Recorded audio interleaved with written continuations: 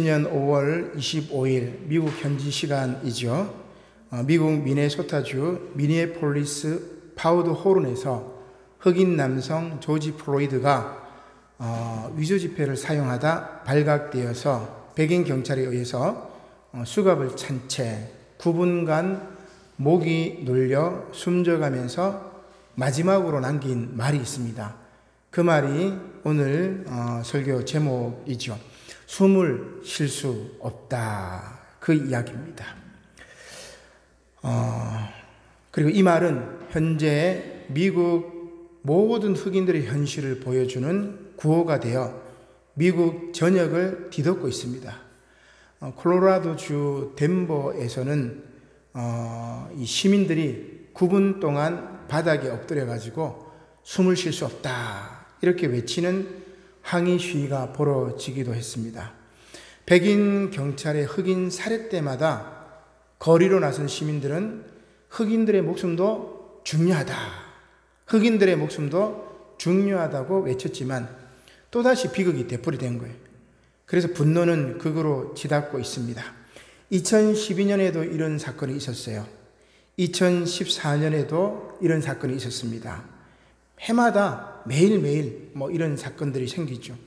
2014년 12월 흑인 노점상 에릭 가너가 뉴욕에서 경찰 6명에 둘러싸여 목 졸려 숨지기 전에도 남긴 말이 나는 숨을 쉴 수 없다 이 말이었죠. 당시에도 시민들은 시위를 했습니다. 어떤 시위였느냐? 내가 숨을 쉴 수 없으면 당신도 숨을 쉴 수 없다. 이런 피켓을 들고 거리 시위를 했었던 겁니다. 거리로 뛰쳐나왔습니다. 그러나 그 후 2014년 이후 6년이 지나서 오늘 또다시 미국의 현실은 변하지 않았음을 플로이드 사건이 잘 보여주고 있는 거죠. 지금 미국은 전례 없는 세 가지 위기로 무너지고 있다고 볼 수 있습니다. 코로나19 확산으로 인한 보건 위기가 트럼프 대통령의 미흡한 대처로 말미암아 경제 위기로 이어졌고, 그리고 가장 심각한 이들이 바로 흑인들이죠. 유색인종들이 코로나19에 취약합니다. 백인보다는 흑인들에게 혹독한 경제 위기가 닥친 거죠. 이로 말미암아 플로이드 사건을 통해서 인종 갈등으로 촉발된 폭등으로 이루어져서 심각한 사회 위기로 번지게 되었던 것이죠. 이것은 1918년 스페인 독감의 보건 위기와 1930년대 미국의 대공황 경제 위기가, 그리고 1968년 여러분들이 잘 아시는 마틴 루터 킹 목사의 암살로 촉발된 인종 폭동의 사회 위기가, 이 세 가지 위기가 한꺼번에 터진 것과 똑같은 상황입니다. 그러나 이 위기를 극복할 대통령의 지도력마저 실종되어서 지도력 부재라는 네 가지 위기로 미국은 지금 침몰하고 있는 것이지요. 팍스 아메리카나, 미국의 평화, 이 팍스 아메리카의 제공, 미국이 지금 무너져 가고 있는 것입니다. 청교도들이 세운 기독교 국가, 미국이 붕괴되어 가고 있는 것입니다. 우리나라도 마찬가지입니다. 우리나라도 여러분 기억하시겠지만 천안에 9살짜리 어린 아이가 가방에 갇혀가지고 학대받아서 사망했던 사건이 있습니다. 여행용 가방에 갇혀서 6월 3일 숨진 9살 어린이가 있죠. 왜 우리나라는 이 어린이 죽은 거에 관해서 우리 플로이드 사망에 관해서 미국인들이 들고 일어난 것처럼 우리는 이 어린아이가 숨진 사건에 대해서 들고 일어나지 않을까? 우리나라 사람들이 비정상일까? 저는 그런 생각을 해봅니다. 좁은 가방 안에서 숨을 제대로 쉬지 못해 사망한 사건입니다. 그 아이가 그 좁은 여행 가방에 갇혀가지고 숨 막혀 죽은 겁니다. 기가 막힌 세상이죠. 특별히 우리나라의 경우는 앞서 말씀드렸던 미국의 네 가지 위기, 보건 위기, 경제 위기, 그 다음 인종 갈등으로 인한 사회 위기, 그리고 리더십 부재의 이 네 가지 위기보다는 우리나라 같은 경우는 교회의 위기가 더 심각합니다. 코로나19를 퍼뜨린 신천지로부터 시작해서 인천지역 국제 에녹 부흥사회, 이것을 언론에서 참 이 개척교회 이런 식으로 이렇게 표현을 해버려요. 여러분 놀랍습니다. 그죠? 대형교회들을, 원래 문제는 대형교회들인데, 대형교회들은 뭐 예산도 많고 방송 설비도 되고 이격거리를 띄워서 그렇게 합니다. 그죠? 개척교회들은 힘든 교회이기 때문에 거리를 넓힐 수가 없잖아요. 근데 국제 에녹 부흥 사회라는 것은 그 교단인 것 같아요, 보니까.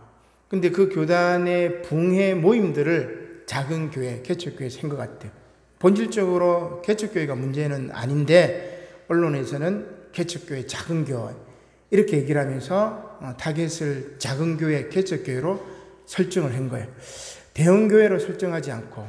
그래서 지금 앞으로는 대형교회는 살아남겠지만 작은 교회, 개척교회들은 무너져 내린다, 그렇게 봅니다. 임대하는 개척교회들, 그죠? 그래서 한 9월 정도가 되면은 개척교회나 작은 교회들은 다 문을 닫는 위기의 상황이 오늘 한국교회의 문제라는 것입니다. 이러한 교회의 소규모 모임을 통해서 확진자가 늘어요. 지금도 인천 지역도 마찬가지. 서울은 지금 예배를 드리지 말아달라고, 온라인으로 예배를 드려달라고 그렇게 질병본부장이 간절히 이야기를 하고 있지 않습니까?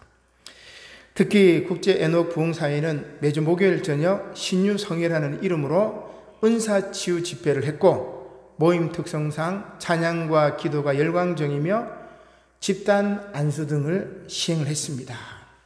집회 중 거리두기와 마스크를 착용하지 않아서 코로나19 감염과 확산이 커진 것이죠. 모두 개신교입니다. 신천지도 개신교에 마찬가지. 정부의 코로나 생활 방역 5대 수칙을 따르지 않고 지역 주민들과 소상공인들에게 피해를 주고 있습니다. 자신들만 아는 배타성, 몰상식한 이기심으로 뭉친 이 개신교인들, 거짓된 종교인들의 모습이라고 할 수 있습니다. 아무튼 미국의 경우 트럼프 대통령 집권 이후 흑인들이 느끼는 차별은 더욱 커진 것으로 보입니다. 코로나19로 인한 경제적 위기와 사망률은 백인들보다 흑인들과 유색 인종들이 더 많았죠. 2020년 1월 갤럽 조사에 따르면 트럼프 대통령 집권 이후에 백인과 비백인의 행복도를 이렇게 조사를 한 겁니다. 이 행복도 격차가 더 심각해졌다고 합니다. 백인들의 75%는 자녀가 미국 사회에서 편안한 삶을 누릴 기회를 가질 것이라고 대답을 했지만, 흑인들 중 같은 응답을 한 사람, 즉 내 자녀들이 미국 사회에서 편안한 삶을 누릴 수 있을 것이다 하고 얘기를 했던 비율은 16%밖에 안 돼요. 백인들은 75%였지만 흑인들은 단지 16%뿐만 우리 자녀들이 미국에서 편안한 삶을 살아갈 수 있을 것이다, 그런 이야기입니다. 응답자의 65%는 지금은 미국에서 흑인으로 살아가기에 나쁜 시기라고 대답을 했다고 합니다. 흑인들이 위기에 처해 있죠. 유색 인종들이 위기에 처해 있는 것입니다. 오늘 복음서 말씀은 이러한 위기의 때에 성령께서 우리를 가르치신다는 예수님의 말씀입니다. 말씀을 같이 한번 보겠습니다. 누가복음 12장 8절로 9절 말씀 제가 봉독해 드리겠습니다. 내가 또한 너희에게 말하노니 누구든지 사람 앞에서 나를 시인하면 인자도 하나님의 사자들 앞에서 그를 시인할 것이요, 사람 앞에서 나를 부인하는 자는 하나님의 사자들 앞에서 부인을 당하리라. 물론 이 위기는 감염병의 위기도 또 지도력 부재의 위기도 아닙니다. 인종차별의 위기도 아니죠. 이 위기는 예수를 믿고 따른다는 그 신앙 고백 때문에 받는 위기입니다.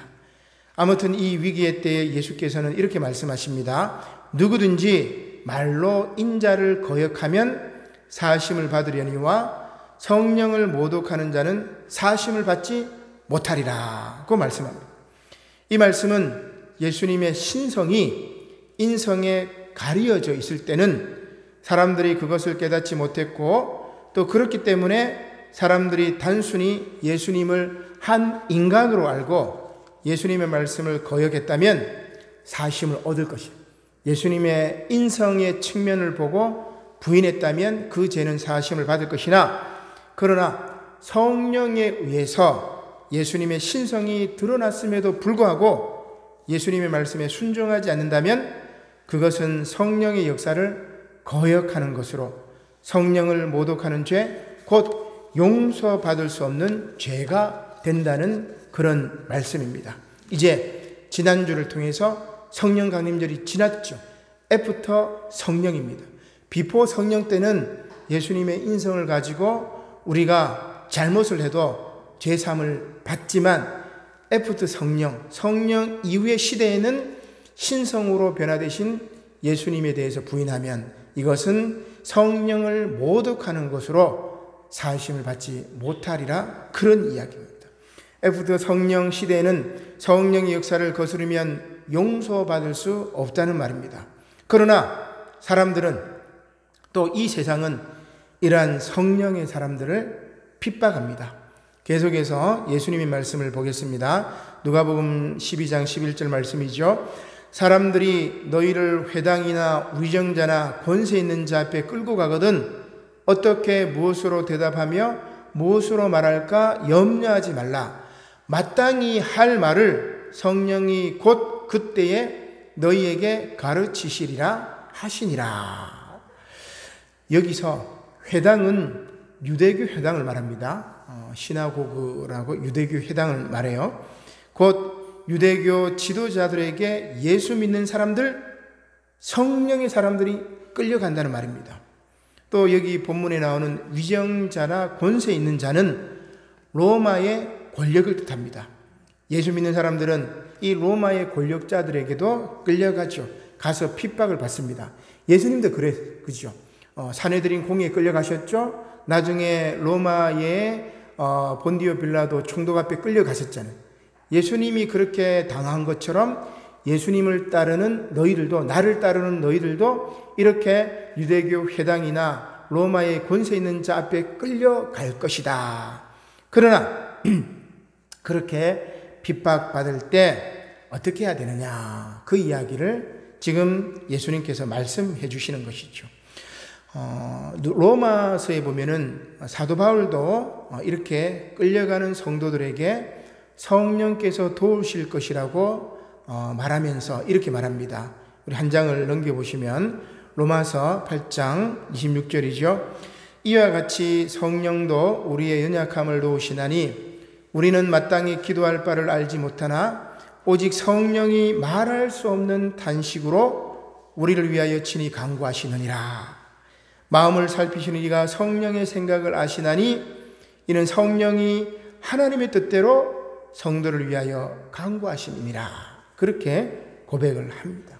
성령께서 도우신다는 말씀이죠. 말할 수 없는 탄식으로 우리를 위하여 간구하신다는 것입니다.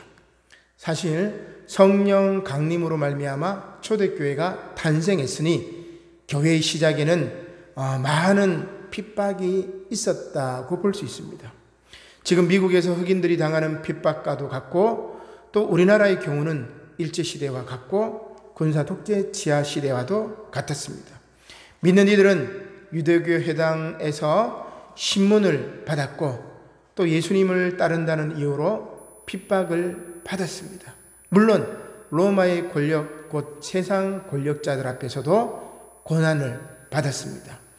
오늘 예수님께서는 그러한 일들을 예견하시면서 예수님의 제자들이, 또한 성령 받은 사람들이 핍박하는 자들에게 끌려갔을 때 어떻게, 또 무엇으로 대답하며 말할지를 염려하지 말라고 그렇게 말씀하고 있습니다. 왜냐하면 성령께서 마땅히 할 말을 그들에게 가르쳐 주실 것이기 때문입니다. 그것은 바로 무슨 말일까요? 저는 이렇게 생각합니다. 나는 숨을 쉴 수 없다. 그 말입니다. 그리고 내가 숨을 쉴 수 없으면 당신도 숨을 쉴 수 없다. 그 말입니다. 한번 넘겨볼까요? 숨은 히브리어로 루아흐라고 합니다. 제가 발음할 때 루아흐 하죠. 그죠? 호흡을 내뱉는 거예요. 숨을 내뱉는 겁니다. 숨이라는 말이 루아흐인데 이것은 움직이는 공기이자 바람 혹은 하나님의 영 성령입니다. 루아흐. 이게 성령은 바람입니다. 헬라어로도 성령은 푸뉴마. 푸 할 때 우리가 숨을 내뱉죠. 푸뉴마 할 때. 푸뉴마도 마찬가지입니다. 두 단어 모두 발음할 때 목에서 바람을 내뿜어 내는 소리입니다. 우리가 내는 숨이 바로 성령이라는 거예요. 내가 숨을 쉴 수 없다는 말은 내가 성령을 받을 수가 없다는 말이에요. 성령을 받지 못하도록 목을 무릎으로 짓누른다는 말이에요. 성령을 받지 못하도록 가방 속에 아이를 가둬버리는 거예요. 이게 오늘 성령 임한 이후에 우리들의 처참한 모습입니다. 그런데 말씀을 조금 더 깊이 보면 참 놀라운 말씀이 있습니다. 중요한 것은 성령은 우리를 핍박하는 이들까지도 감싸 안는다는 것입니다. 우리를 핍박하는 그들에게도 숨이 필요하다는 것이죠. 성령이 필요하다는 것입니다. 왜냐하면 성령은 생명의 호흡이기 때문입니다. 따라서 하나님께서는 박해자 앞에서 믿는 이들의 담대한 복음 증거를 통해서 핍박하는 유대교 정교자들이나 로마의 위정자들도 예수 그리스도의 놀라운 사랑을 깨닫고 생명의 숨, 곧 성령을 받기를 원하시는 거죠. 숨 못 쉬는 흑인들 뿐만이 아니라 숨을 못 쉬게 만드는 백인조차도 구원하시고자 하는 하나님의 놀라운 사랑입니다. 이렇게 예수님의 놀라운 생명의 복음은 핍박자들에게까지 증거되어야 합니다. 나중에 로마를 뒤엎어 버렸잖아요. 그죠? 로마를 기독교 국가로 만들어 버린 것 아니겠습니까? 오늘 사도행전 본문 말씀은 오순절날 예루살렘에 모인 세계 각지에서 이렇게 예루살렘으로 왔던 유대인들에게 베드로가 설교를 하는 장면입니다. 오순절 설교라고 우리는 제목을 붙여볼 수 있는데 이때 생명과 구원의 말씀을 듣고 마음에 찔린 사람들이 베드로에게 질문을 합니다. 사도행전 2장 37절 말씀이죠. 그들이 이 말을 듣고 마음에 찔려 베드로와 다른 사도들에게 물어 이르되 형제들아 우리가 어찌할꼬 하거늘 베드로가 이르되 너희가 회개하며 각각 예수 그리스도 이름으로 세례를 받고 죄사함을 받으라. 그리하면 성령의 선물을 받으리니. 회개하고 죄사함을 받으면 성령께서 임하신다는 말씀입니다. 이러한 죄사함과 성령의 선물은 세계 각지에서 온 유대인들 뿐만이 아니라 이들의 자녀와 또 모든 먼데 사람, 그죠? 참 성경 말씀을 자세히 보셔야 돼요. 모든 먼데 있는 사람, 곧 하나님께서 부르시는 모든 이들에게까지라고 말하고 있죠. 계속 말씀을 보겠습니다. 사도행전 2장 39절 말씀이죠. 이 약속은 너희와 너희 자녀와 모든 먼데 사람, 곧 우리 주 하나님이 얼마든지 부르시는 자들에게 하신 것이라 하고 또 여러 말로 확증하며 권하며 이르되 너희가 이 패역한 세대에서 구원을 받으라. 그렇게 말씀하시죠. 따라서 이러한 베드로의 오순절 설교 말씀을 듣고 회개하고 세례를 받은 사람들이 나타났습니다. 41절 말씀이죠. 그 말을 받은 사람들은 세례를 받음에 이날에 신도의 수가 3,000이나 더하더라. 이들은 세계 각지에서 온 유대인들이었습니다. 그리고 이들이 다시 자신들의 삶의 자리로 돌아가 복음을 전하여 세계 복음화가 시작되었던 것이죠. 하나님의 사랑은 이처럼 무한하십니다. 그의 영을 모든 백성에게 부어주사 새로운 세상, 곧 애프터 성령의 시대를 원하시는 것입니다. 숨을 쉴 수 없는 세상에 성령의 바람을 통해서 숨구멍을 뚫어주고 새로운 세상의 문을 열었던 것입니다. 구약의 말씀도 마찬가지입니다. 하나님께서는 성령을 모세와 70인 장로들 뿐만이 아니라 모든 백성들에게 부어주신다고 말씀하고 있습니다. 먼저 말씀의 배경을 보겠습니다. 민수기 11장은 출애굽을 통해 가나안으로 가는 여정 가운데서 모세가 백성의 장로 70인을 세웁니다. 그래서 이들과 함께 이스라엘 공동체를 책임지는 상황이죠. 오늘 본문은 아니지만 앞에 말씀을 한번 보겠습니다. 민수기 11장 16절 말씀인데 제가 공동번역으로 이렇게 가져왔습니다. 한번 제가 보겠습니다. 야훼께서 모세에게 이르셨다. 너는 이 백성을 지도해 온 장로 70명과 함께 나에게로 오너라. 그들을 데리고 만남의 장막으로 와서 서 있어라. 내가 내려가 거기에서 너와 말하리라. 만남의 장막. 하나님께서 모세와 만나는 그 성막을 말합니다. 장막. 나중에 그림에 나와 있긴 한데, 그리고 너에게 내려주었던 영을 그들에게도 나누어 주리라. 그리하면 그들이 백성에 대한 무거운 책임을 나누어 줘서 너 혼자 애쓰지 않아도 될 것이다. 그렇게 이야기합니다. 하나님께서는 홀로 이스라엘 백성들을 이끄는 모세의 힘겨움을 아시고 백성들 중에서 70명을 데리고 오면 그들에게 하나님의 영 신을 임하게 하시겠다고 약속한 것입니다. 그리고 70명의 장로는 성령을 받아서 모세가 백성의 짐을 담당한 것 같이 그 짐을 지게 할 것이라고 말씀하는 거죠. 따라서 이제 모세는 사명자로서 외롭고 힘들지 않을 것이며 70명의 장로는 모세의 외로움과 고통을 함께 나누는 동반자가 될 것이라고 말씀하신 것입니다. 교회도 마찬가지입니다. 특별히 우리 장로교회가 그렇죠. 교인의 대표인 장로를 세워서 목사와 함께 공동체를 이끌어 가도록 그렇게 만들었습니다. 모세의 외로움과 고통을 함께 짊어지는 것이지 반대하고 비판하고 목회를 방해하라고 장로를 세운 것이 아니죠. 아무튼 오늘 본문 말씀은 하나님의 영이 모세의 동반자인 70 장로들에게 임하는 장면입니다. 말씀을 한번 같이 보겠습니다. 민수기 11장 24절 말씀이죠. 모세가 나가서 여호와의 말씀을 백성에게 알리고 백성의 장로 70인을 모아 장막에 둘러 세우매 여호와께서 구름 가운데 강림하사 모세에게 말씀하시고 그에게 임한 영을 70 장로에게도 임하게 하시니 영이 임하신 때에 그들이 예언을 하다가 다시는 하지 아니하였더라. 70명의 장로들에게 하나님의 영이 임하여 예언을 했고 또 예언을 그쳤다고 합니다. 다시는 하지 않았다고 하니까 아마 한 번 이렇게 인지심을 받으면 그것으로 족하다는 그런 말씀으로 받아들이게 됩니다. 자, 그런데 오늘 본문 말씀을 보면 한 사건이 생깁니다. 참 저도 이 말씀을 읽으면서 많은 깨달음을 얻었는데 그 가운데 민수기 11장 26절 말씀이죠.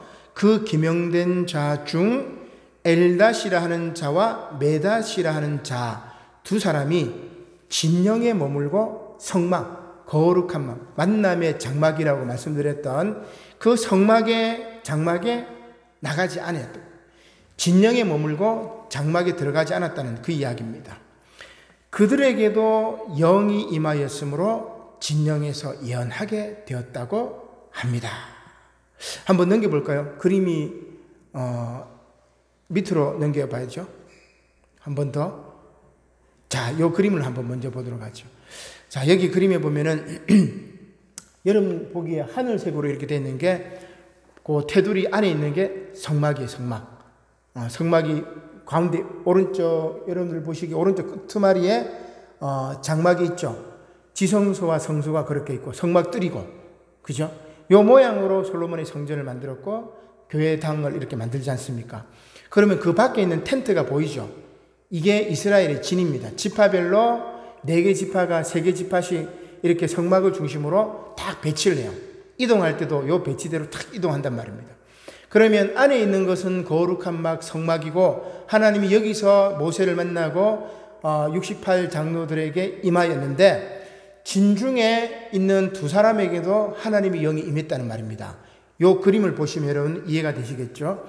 자, 자 그러면 모세가 그러나 엘닷과 메닷은 다른 68명의 장로들처럼 하나님의 장막으로 나가지 않았고 그냥 이스라엘 진영에 머물렀다고 이야기합니다. 그런데 놀랍게도 이들에게도 하나님의 영이 임한 것이죠. 그러자 민수기 11장 27절입니다. 한번 찾아볼까요?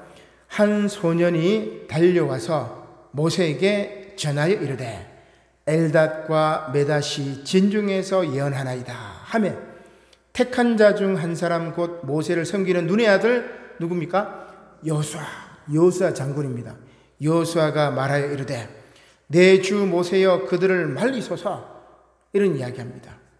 근데 모세가 뭐라고 이야기합니까? 11장 29절이죠. 모세가 그에게 이르되 내가 나를 두고 시기하느냐 여호와께서 그의 영을 그의 모든 백성에게 주사 다 뭐가 되게 하시기를 원하노라? 선지자가 되기를. 깜짝 놀랐습니다. 그죠? 이렇게 말합니다. 여기서 나를 두고 시기하느냐는 무슨 의미일까? 아마도 여호수아는 모세의 후계자로서 엘닷과 메닷에 대해서 경쟁심을 가졌던 것 같아요. 그러나 모세의 대답은 무엇입니까? 백성 모두가 선지자가 되기를 바랬던 거예요. 이것은 또 다른 의미로 하나님의 영을 성막, 장막 안에만 국한시키지 않는 겁니다.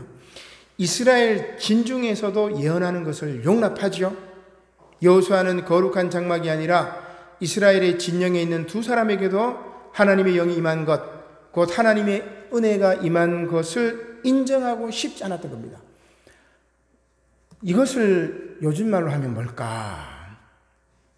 교회 안에 임한 성령만 인정하지 여러분들의 삶의 자리, 집이나 직장, 학교나 이웃과의 삶의 관계 속에서 임하는 성령을 인정하지 않는 겁니다.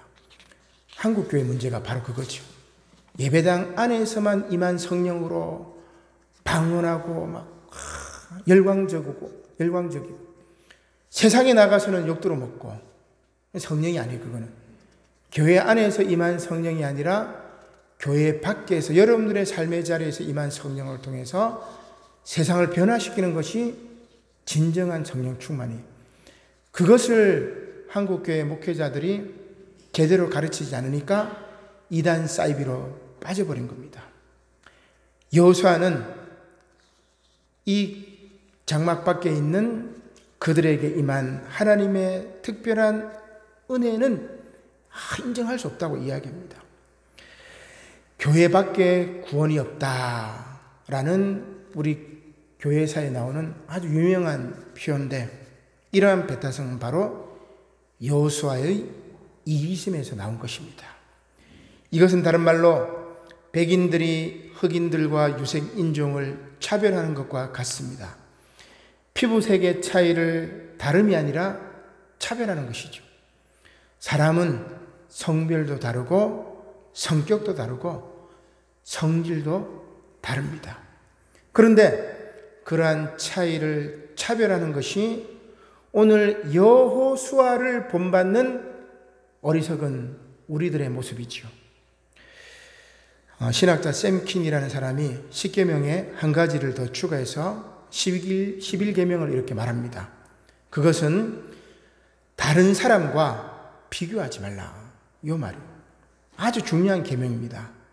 우리는 다른 사람과 자신을 딱 비교해가지고 내가 우위를 점하면 막 좋아서 날뛰고 기뻐하고, 혹은 다른 사람과 비교해가지고 내가 좀 못한다고 생각하면은 열등감에 빠져가지고 막 괴로워합니다. 비교를 하니까 그래요. 그죠? 비교할 필요가 없습니다. 나아가 다른 사람에게도 주시는 하나님의 보편적인 은혜와 하나님의 그 놀라운 사랑을 시기하기도 합니다. 하나님 사랑은 나만 받으면 되는데 왜 저 집사님, 저 권사님, 저기도 줘가지고 하나님, 여러분 시기심. 욕심과 교만이 가득한 그 마음이 우리 교회를 무너뜨리는 겁니다. 한국 교회를 무너뜨리는 거죠. 따라서 여호수아는 엘닷과 메닷이 예언을 하고 있는 것을 보고 그들을 모세에게 말려달라고 막 이야기합니다. 그러나 모세는 어떻게 했습니까? 모든 백성이 예언자가 되기를 바라시는 하나님의 뜻을 알려주는 겁니다. 모든 사람들이 공기를 마실 수 있고 숨을 쉴 수 있어야 합니다. 숨을 쉬지 못하게 하면 안 됩니다. 백인도 숨을 쉬어야 하고 흑인들도 숨을 쉬어야 합니다. 만약 내가 숨을 쉴 수 없으면 당신도 숨을 쉴 수 없습니다. 흑인들이 숨을 쉬지 못하면 백인들도 숨을 쉴 수 없습니다. 이것은 모든 사람이 성령을 받아야 한다는 놀라운 사실이죠. 왜냐하면 성령은 숨, 푸뉴마, 와, 그죠? 성령이 숨이자 생명이기 때문에 그렇습니다. 에포드 성령의 시대는 이렇게 내가 숨을 쉬는 것처럼 다른 사람들도 숨을 쉴 수가 있어야 합니다.